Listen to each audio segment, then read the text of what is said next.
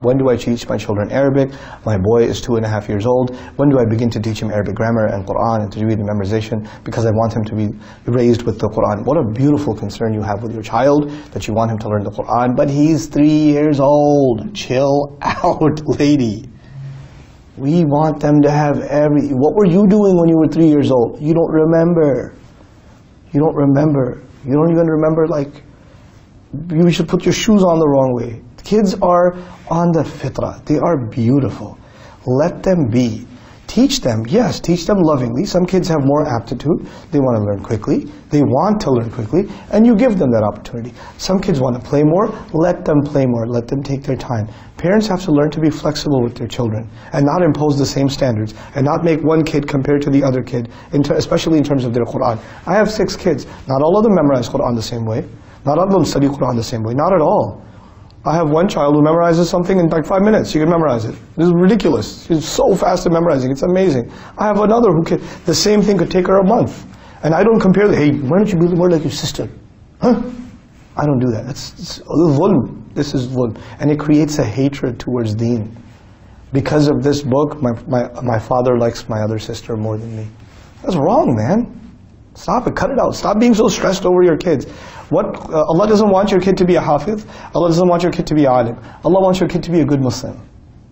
Allah wants your child to love his or her deen. That's what Allah wants. So chill out.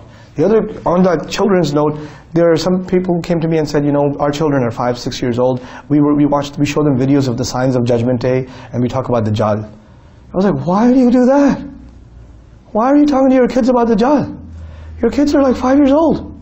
That's traumatizing, dude. I get scared reading about Dajjal. How are you going to tell a child about Dajjal? Listen, children are on the fitrah. They are on the fitrah. You know what that means? That right now, they are not responsible for any wrong that they do.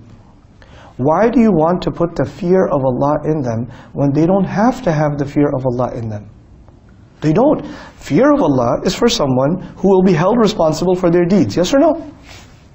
Right now is the age to expose them to the love of Allah, the mercy of Allah, the care of Allah, the gifts of Allah. That's the love of the Prophet ﷺ. Nothing about the fear, nothing about Jahannam, nothing about Yawm al-Qiyamah, nothing about Dajjal, nothing about great wars and calamity. No, hold on a second. This is not what kids need. It will traumatize them. They'll think of their deen in such scary terms. Children get terrified. And you don't tell me, oh no, we tell them some positive things too. It's not how it works. You can't show a kid a horror movie and then say, well, we showed him a teddy bear after that, so things should work out. No, you don't do that. You just don't do that. It's so damaging for children. You know, in the beginning, we want to nurture that fitrah. They already came with the love of Allah. That's what Allah put inside of them. Nurture that love and don't replace it with fear. Fear will come later. When they get mature, when they get older, then we start talking about responsibility, accountability. Then you teach about Judgment Day. Then you teach those when they're at that age. Teaching that ahead of time just takes it all away. Same thing with teaching Quran, same thing with teaching anything to your children for that matter. Make things age appropriate and make things lovable. The biggest accomplishment in our day and age, wallahi, please listen to this carefully. The biggest accomplishment in our day and age with our children is not how much they will learn. How much they will learn means nothing. I'm sorry that sounds offensive to you. It means nothing. What will mean something? How much do they love their Rabb? How much do they love their Prophet sallallahu alaihi wasallam? How much character do they uphold? How truthful and honest are they? You know, how easy is it for them to admit a mistake? How openly do they communicate with you? Their character is the most important thing, not their knowledge. Knowledge is superficial, it is for show to others. I'm not saying knowledge isn't important, but knowledge will always be secondary to character. Always will be secondary to character.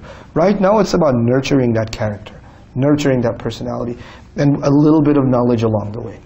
There are plenty of children who memorized the entire Quran at a very early age with no character. And it's not those kids' fault. The only thing emphasized to them was memorizing Quran. And these kids will lie.